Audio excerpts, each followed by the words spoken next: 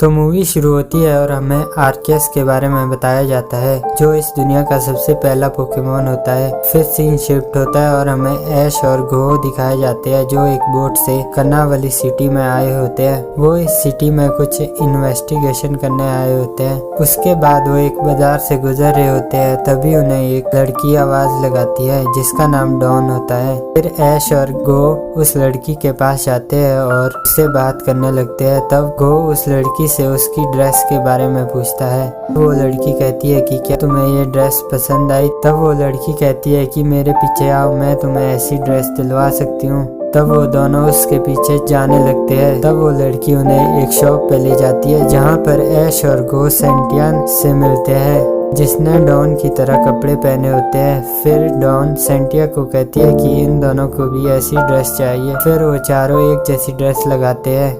फिर scene shift होता है और हमें एक पावरफुल पोकेमोन दिखाया जाता है जिसका नाम हिटरन होता है, जिससे टीम गैलेक्टिक लड़ रहे होते हैं। कुछ देर के बाद टीम गैलेक्टिक उस पोकेमोन को पकड़ लेते हैं और अपने बॉस को कहते हैं कि हमने हिटरन को पकड़ लिया है। तो उनका बॉस उन्हें हेडक्वार्टर आने के लिए कहता है। फिर सीन ऐश और गो पे शिफ्ट होता है जहाँ पर सिंटिया उन्हें कहती है कि मैं तुम्हारी गाइड बनती हूँ और उन्हें वहाँ पे घुमाने लगती है। फिर हम देखते हैं कि वो कुछ तस्वीर देख रहे होते हैं जिसमें कुछ पुराने पोकेमोन होते हैं और सिंटिया उन्हें उन पोकेमोन के बारे में बताने लगती है। फिर गो कहता है कि मैं उम्मीद करता हूँ कि ये पोकेमोन आज भी होंगे, और ऐश कहता है कि उस जमाने में पोकेमोन कैसे पकड़े जाते थे। तब सिंटिया उन्हें कुछ पुराने पोकेबॉल देती है। तब सिंटिया कहती है कि ये पोकेबॉल बहुत पहले यूज किए जाते थे। तब ऐश कहता है कि क्या तुमने इन बॉल से पोकेमोन पकड़े हैं? तो सिंटिया कहती है कि बिल्कुल। तब ऐश और उसके दोस्त कहते हैं कि क्या हम इन्हें ट्राई कर सकते हैं? तब सिंटिया कहती है कि बिल्कुल, मुझे अपनी गाइड बनाओ, मैं तुम्हें पोकेमोन कैच गेम खिलाऊंगी। फिर वो चारों एक ग्राउंड की ओर जाते हैं। उसके बाद सिंटिया 3 पोकेमोन को बुलाती है और ऐश और उसके दोस्तों को उन पोकेमोन को 3 मिनट में पकड़ने को कहती है, और कहती है कि अगर तुमने इन तीनों को 3 मिनट में पकड़ा तो मैं तुम्हें एक गिफ्ट दूंगी। फिर वो तीनों उन पोकेमोन को पकड़ना शुरू करते हैं। पहले उन्हें कुछ दिक्कत होती है, पर फिर वो कुछ देर बाद तीनों उन पोकेमोन को एक साथ पकड़ लेते हैं। फिर वहाँ सिंटिया आ जाती है और उन तीनों को उन पोकेमोन को छोड़ने को कहती है और उन्हें गिफ्ट के रूप में 3 बुक्स देती है। फिर सीन टीम गैलेक्टिक के हेडक्वार्टर पे शिफ्ट होता है जहाँ पे हम देखते हैं कि जिन टीम गैलेक्टिक के मेंबरों ने हिटरन को पकड़ा था वो वहाँ पहुँच जाते हैं। तब हमें पता चलता है कि वो लोग हिटरन की मदद से उस मशीन को स्टार्ट करना चाहते हैं और वो उस मशीन को स्टार्ट कर देते हैं। तब जिस मेंबर ने हिटरन को पकड़ा होता है वो उसे बाहर निकालता है और हिटरन को मैग्मा स्ट्रॉम यूज करने के लिए कहता है, जिससे मशीन शुरू हो जाती है। तब उस मशीन से एक मैग्नेटिक वेव निकलती है जो उस पूरे एरिया में फैल जाती है और सभी पोकेमोन को अफेक्ट करने लगती है। फिर सीन ऐश और उसके दोस्तों पे शिफ्ट होता है जहाँ पे हम देखते हैं कि पिकाचू उस मैग्नेटिक वेव को डिटेक्ट कर लेता है और ऐश को बताने लगता है कि उस पहाड़ से कुछ मैग्नेटिक वेव जनरेट हुई है। उसके बाद ऐश और उसके दोस्त उस पहाड़ की ओर जाने लगते हैं। फिर हमें आर्कियस दिखाई जाती है जो नींद से जाग जाती है। फिर सीन टीम गैलेक्टिक के हेडक्वार्टर पे शिफ्ट होता है जहाँ हमें पता चलता है कि उस वेव से मैग्नेटिक बैरियर इफेक्ट हुए हैं। तब दूसरा टीम मेंबर कहता है कि अब हमें दूसरा स्टेप शुरू कर देना चाहिए जिससे हम मास्टर साइरस को वापस ला सके। उसके बाद हम ऐश और उसके दोस्तों को देखते हैं जो वहाँ पहाड़ पे पहुँच जाते हैं। वहाँ पहुँचते ही वो एक जोर की आवाज़ सुनते हैं और देखते हैं कि ब्रोंजोंग और चिंगलिंग 2 पोकेमोन आपस में लड़ रहे होते हैं। ये दोनों उस मैग्नेटिक वेव की वजह से आपस में लड़ रहे होते हैं। तब डॉन अपने पोकेमोन की मदद से उन दोनों के ऊपर वायरपूल का हमला करने को कहती है, जिससे उन दोनों पे पानी का हमला होता है और उन दोनों के ऊपर से उस वेव का इफेक्ट खत्म हो जाता है। उसके बाद ऐश और उसके दोस्त उन दोनों पोकेमोन से उनका हाल पूछने लगते हैं। तभी वहाँ पर आर्कियस के 3 पोकेमोन एजल, डुक्सी, मैस्प्रिंट आ जाते हैं जो साइकिक टाइप पोकेमोन होते हैं। वो अपनी पावर की मदद से ऐश और उसके दोस्तों को आर्कियस को दिखाते हैं और कुछ देर बाद वो वहाँ से गायब हो जाते हैं। फिर ऐश कहता है कि शायद वो हमें कुछ कहना चाहते थे।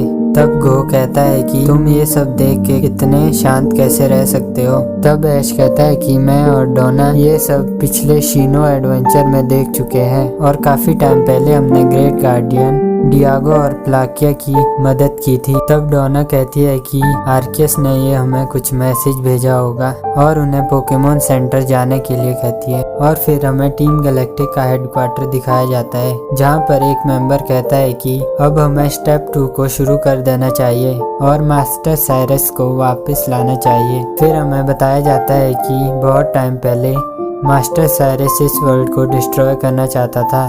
तब डियागा और पाकिया की मदद से मास्टर साइरस को स्पेस टाइम में कैद किया गया था।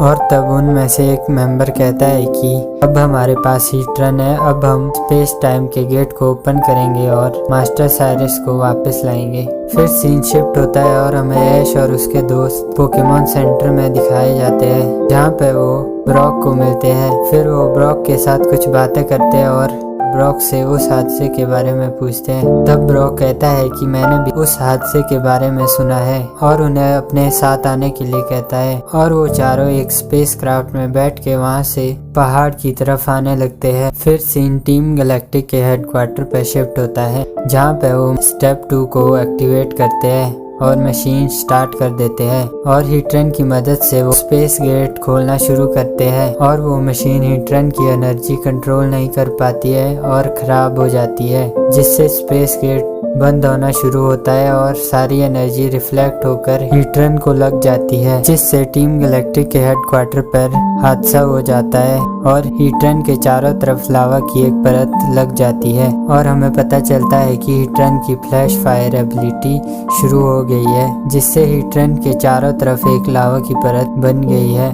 तब हीट्रन उस स्पेस गेट को ओपन करने की कोशिश करता है और पहाड़ के ऊपर जाने लगता है। और तब ऐश और उसके दोस्त हीट्रन को देख लेते हैं और उसके पीछे जाने लगते हैं। और टीम गैलेक्टिक के कुछ मेंबर हेलीकॉप्टर में हीट्रन का पीछा करने लगते हैं और एक मेंबर कहता है कि हीट्रन अभी भी स्पेस गेट को ओपन कर सकता है। और ऐश और उसके दोस्त टीम गैलेक्टिक के हेलीकॉप्टर को देख लेते हैं और कहते हैं कि हमें हीट्रन को रोकना होगा।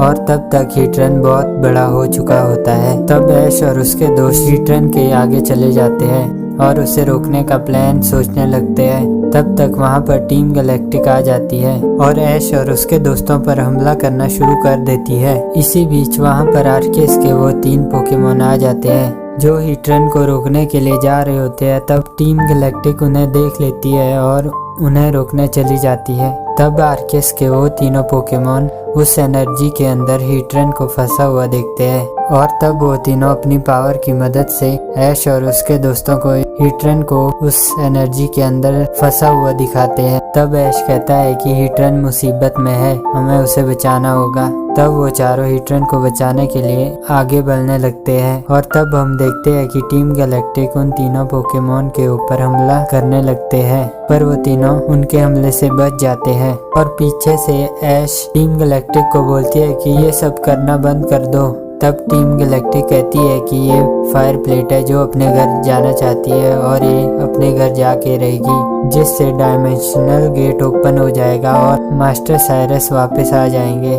तब ब्रॉक कहता है कि मैं तुम्हें ऐसा नहीं करने दूंगा और ऐश को कहता है कि मैं इन्हें देख लूंगा, तुम हीट्रन को बचाने जाओ। तब ब्रॉक और टीम गैलेक्टिक फाइट करने लगते हैं। ऐश और उसके दोस्त हीट्रन को बचाने के लिए आगे चले जाते हैं। हीट्रन के पास जाने के बाद ऐश अपने दोस्तों को वाटर टाइप पोकेमोन को बुलाने को कहता है और तब वहाँ पर आर्कियस के वो 3 पोकेमोन भी आ जाते हैं। तब ऐश उन्हें हेल्प करने के लिए कहता है और ऐश, गो और डॉन तीनों एक साथ हीट्रन पर हमला करते हैं और वो तीनों पोकेमोन उस हमले को इकट्ठा करते हैं और पावरफुल हमला हीट्रन के ऊपर करते हैं। पर इस हमले से हीट्रन की पावर और बढ़ जाती है। ये देख के वो सब परेशान हो जाते हैं और नीचे ब्रॉक टीम गैलेक्टिक से लड़ रहा होता है। तब वहाँ पर सिंटिया आ जाती है और ब्रॉक को कहती है कि अगर हीट्रन को रोकना है तो उसे वॉक करने से रोकना होगा और उसे ऐश के पास जाने के लिए कहती है। तब ब्रॉक ऐश के पास जाने से पहले अपने पोकेमोन को सिंटिया को बचाने के लिए कहता है। फिर वो ऐश के पास चला जाता है और ब्रॉक ऐश और उसके दोस्तों के पास पहुंच के उन्हें बताता है कि सिंटिया ने कहा है कि अगर हीट्रन को रोकना है तो उसे वॉक करने से रोकना होगा। तब वो बात करने लगते हैं कि हमें हीट्रन को जमीन के अंदर डालना होगा। तब ब्रॉक कहता है कि चलो इससे शुरू करें। उसके बाद वो सब हीट्रन को प्लान के मुताबिक जमीन के अंदर डाल देते हैं, पर हीट्रन वहीं से डायमेंशनल गेट ओपन कर देता है और वो जल्दी जल्दी पहाड़ की चोटी पर जाने लगता है। तब ऐश और उसके दोस्त पहाड़ की चोटी की ओर जाने लगते हैं और उनके पीछे हीट्रन जाने लगता है। और नीचे हम देखते हैं कि टीम गैलेक्टिक हेलीकॉप्टर में बैठ जाते हैं और स्मोक की मदद से वहां से जाने लगते हैं। और तब तक ऐश और उसके दोस्त पहाड़ की चोटी पर पहुंच जाते हैं और उनके पीछे हीट्रन भी वहां पहुंच जाता है। तब डॉन कहती है कि हीट्रन अब ब्लास्ट होने वाला है, पर इसी बीच हीट्रन और डायमेंशनल गेट के बीच आर्कियस आ जाती है और आर्कियस अपनी पावर का यूज करती है और टीम गैलेक्टिक के हेलीकॉप्टर को ब्लास्ट कर देती है। पर टीम गैलेक्टिक के मेंबर उस ब्लास्ट में बच जाते हैं और पैराशूट की मदद से नीचे गिरने लगते हैं, पर सिंटिया उन्हें अपने पोकेमोन की मदद से पकड़ देती है और एक पत्थर के साथ बांध देती है और आर्कियस उस डायमेंशनल गेट को बंद कर देती है। इससे वो फायर प्लेट और भी गुस्सा हो जाती है। तब ऐश आर्कियस को कहता है कि हम हीट्रन को बचाना चाहते हैं, अगर ये ब्लास्ट हो गया तो हम हीट्रन को नहीं बचा पाएंगे। तब आर्कियस मान जाती है और इसके बाद आर्कियस अपना टाइप चेंज करती है और एक वाटर टाइप पोकेमोन बन जाती है। तब ब्रॉक कहता है कि हीट्रन को बचाने के लिए जो करना पड़े हम भी मदद करेंगे। तब ऐश कहता है कि फायर को फायर से काटा जा सकता है और एक प्लान बनाता है। तब वो सब हेल्प करने के लिए मान जाते हैं। इसके बाद आर्कियस अपनी पावर से फायर प्लेट को एक वाटर के सर्कल के अंदर कैद कर देती है और अपने पोकेमोन को प्रोटेक्शन शील्ड और उड़ने की एबिलिटी देने को कहती है। इससे वो तीनों उड़ने लगते हैं और वाटर के सर्कल के अंदर चले जाते हैं। इसके बाद डॉन अपने पोकेमोन को एक वाटर साइकिल बनाने को कहती है और ऐश पिकाचू को थंडरबोल्ट यूज करने को कहता है, जिससे उस वाटर साइकिल में करंट बहने लगता है। इसके बाद गो अपने पोकेमोन को स्नाइप शॉट यूज करने के लिए कहता है,